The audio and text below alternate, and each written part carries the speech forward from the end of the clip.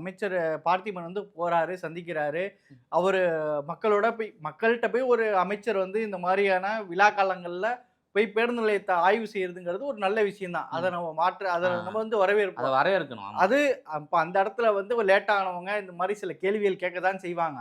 அத கையாள தெரியணும். ஒரு அமைச்சர் நம்மளுமே சொல்றோம்னா, தாவேகாவினர்கள ஏதோ பிளாக் டிக்கெட் வித்தவன் இப்படி இப்படிலாம் பேசாதீங்க. கடந்த காலங்கள்ல அமைச்சரா இருந்தவங்க யாரும் யோக்கியன்லாம் கிடையாது. இவங்கள குறை சொல்றதுக்கு. இவங்கள போல தான் அவங்களும். அப்படி இருக்கும்போது, இவங்களோட செயல்பாடுகள வச்சு தான் நம்ம விமர்சிக்கணும்னு தான் நம்மளும் சொல்றோம். ம். இப்ப நேற்று அவர் கையாண்ட விதம்ங்கிறது ரொம்ப ரொம்ப தப்பு. ம். என்னன்னா, "நீ வந்து சாப்பிட்டு வந்திருக்கிற. நான் சாப்பிடாம வந்து நிக்கிறேன்." அப்படின்றது வந்து அதுக்கு என்ன நான் இல்ல வந்து அந்த ஊருக்கு பதிலே போறேன் சாப்பிட்டு தான் வருவேன். இல்ல பஸ் அவன் வரலன்னா, விருப்பம். சரிப்பா அத சரி பண்றோம். ஆமா. ஒரு விழா நாட்கள்ல இப்படியான கூட்டங்கள் இருக்க தான் செய்யும். கண்டிப்பா இப்பதான் வந்திருக்கோம். புதுசா நாங்க சரி பண்றோம். இனி வரக்கூடிய காலங்கள்ல இந்த விஷயம் இல்லாம சரி பண்றோம். இப்படி தான் பேசணும். அதான் தம்பி நீ நல்லா சாப்பிட்டுருக்க புரியுதா? நீங்க நல்லா சாப்பிட்டுருக்க, நீங்க நல்லா சாப்பிட்டுருக்கணும். நான் நல்லா சாப்பிட்டு தான் சார் வருவேன். அது ஏன் விருப்பம் அது?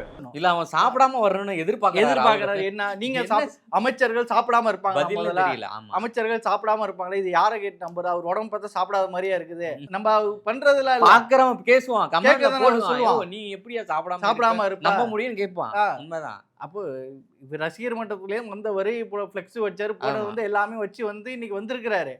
மாறாக என்ன அவங்க கேட்ட கேள்விகளுக்கு பதில் சொல்லணும். இன்னைக்கு வந்து காலையில அவங்க வந்து ஒரு இஸ்லாமியரா இருப்பாங்க. பக்ரீத்துக்கு ஊருக்கு போறவங்களா இருப்பாங்க. காலைல 7:30 மணிக்கெல்லாம் அவங்களுக்கு வந்து தொழுகை நேரமா இருக்கும். நைட்டு 9:30 மணிக்கு பஸ்ஸ புக் பண்ணிட்டு 10:45 வரையும் பஸ்ஸ காணலன்னா, நம்ம எப்படி போய் 7 மணிக்கெல்லாம் போய் தொழுகையில போய் பங்கேற்கிறது? ம். குடும்பத்தினரோட ஒரு நாள் லீவு போட்டு பண்டிகைக்கு இருக்கணும் தானே போறோம். இந்த கோவம் இயல்பா வரும் தான். ம். எல்லாருக்குமே அந்த டென்ஷன் வரும். எல்லாருக்கும் இது வரும். அதுதான் அந்த பயணிகள் வெளிப்படுத்துறாங்க. ம். அத கையாளுவதற்கு தவேகாவோட அமைச்சர்கள் இன்னும் முதல்ல பக்குவப்படணும். பக்குவப்படல. ஆ. பக்குவப்படணும்.